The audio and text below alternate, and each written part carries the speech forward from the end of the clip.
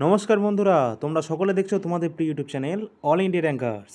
আজকে আলোচনা করব অত্যন্ত গুরুত্বপূর্ণ ডব্লিউইপি আগের বছরের ইতিহাস থেকে গুরুত্বপূর্ণ বাছাই করা কিছু কোশ্চেন, যেগুলো ডব্লিউইপির ইতিহাসে বারবার রিপিট হয়েছে। তো চলো আজকের ক্লাস আমরা শুরু করি, কিন্তু শুরু করার আগে একটা অ্যানাউন্সমেন্ট, যেটা হচ্ছে তোমরা যদি আমাদের আগের প্লেলিস্ট যদি না দেখে থাকো, তাড়াতাড়ি এখনে যাও ভিডিও প্লেলিস্ট অপশানে আমাদের চ্যানেলে। সেখানে গিয়ে সমস্ত প্লেলিস্ট অ্যারেঞ্জ করা আছে তোমাদের সুবিধা মতো। সেখানে তোমরা দেখতে পারবে তোমাদের সমস্ত ডব্লিউপি আগের বছরের কোশ্চেন সেট, যেগুলো 2024 থেকে 2000 পর্যন্ত চলছে। আমাদের আজকের ক্লাস আছে ইতিহাস থেকে।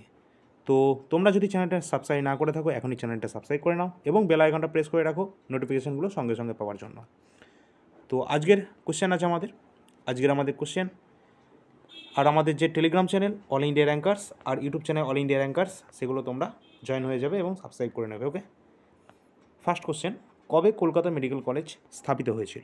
কলকাতা মেডিকেল কলেজ স্থাপিত হয়েছিল 1835 খ্রিস্টাব্দে।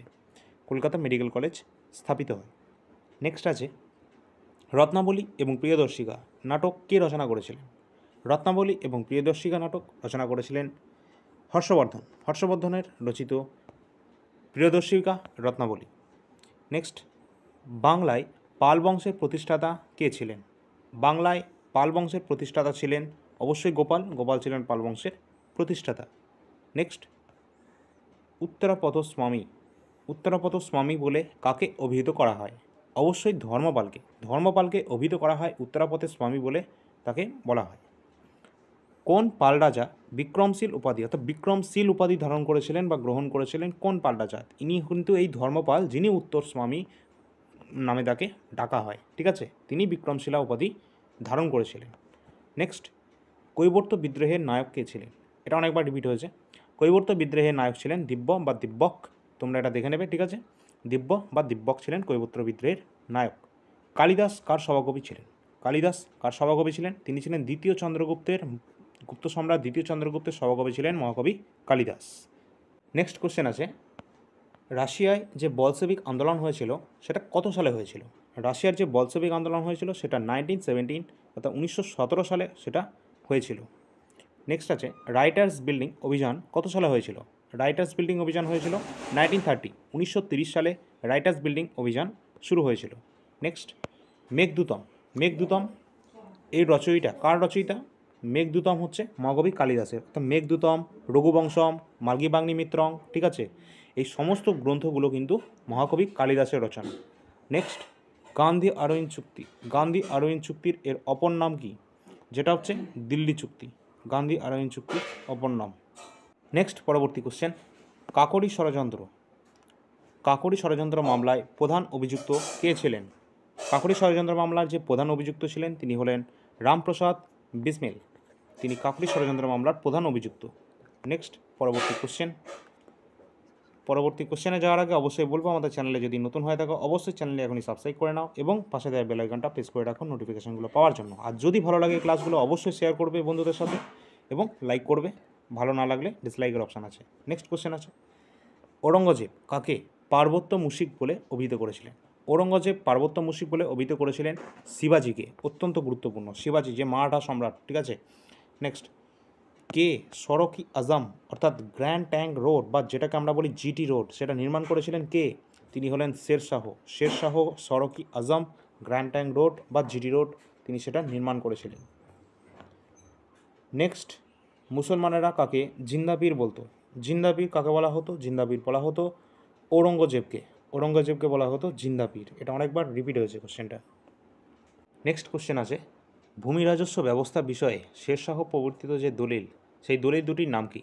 শেরশাহ প্রবর্তিত যে গ্র্যান্ড ট্যাঙ্ক রোড একটা, সেটা হচ্ছে উন্নয়নমূলক কর্মসূচি, আর পরবর্তী যেটা হচ্ছে ভূমি রাজস্বের বিষয়ে, সেটা হচ্ছে কবুলিয়ত এবং পাট্টা প্রথা প্রবর্তন করেছিলেন এই শেরশাহ, যিনি কৃষকদের কবুলিয়ত এবং পাট্টা দিয়েছিলেন। নেক্সট, সম্রাট জাহাঙ্গীর কোন শিখ গুরুকে প্রাণদণ্ড বা হত্যা করেছিলেন? প্রাণদণ্ড দিয়েছিলেন বা হত্যা করেছিলেন শিখ গুরু অর্জুন সিংকে।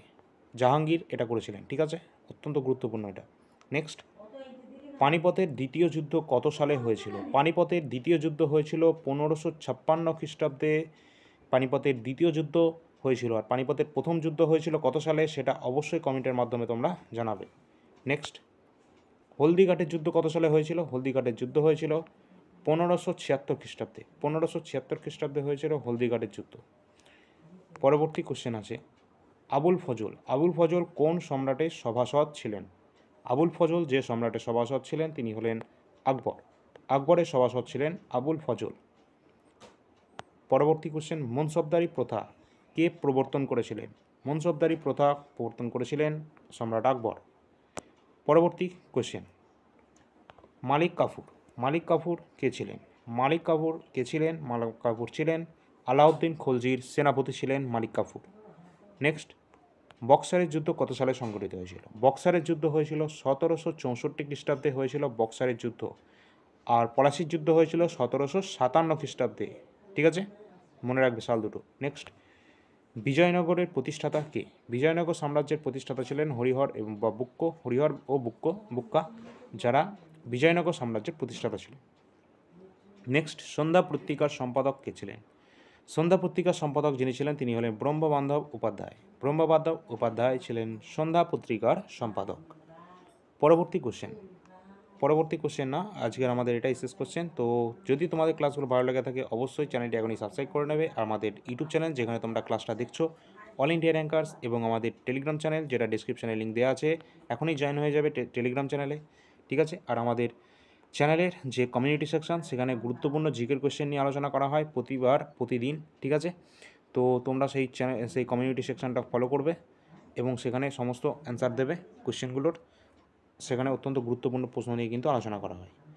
আর টেলিগ্রামের চ্যানেলে জয়েন হবে এই জন্য সেখানে সমস্ত গুরুত্বপূর্ণ তথ্যগুলো শেয়ার করা হয়ে থাকে। ওকে, আর আমাদের ইউটিউব চ্যানেলে তোমাদের যেখানে প্রিভিয়াস ইয়ার কোশ্চেনের সিরিজ চলছে WEP 2000 থেকে 2024 পর্যন্ত যত কোশ্চেন আছে সেগুলো সব নিয়ে আলোচনা করব তোমাদের পরীক্ষার আগে। আশা করি এটা শেষ করে দিতে পারবো।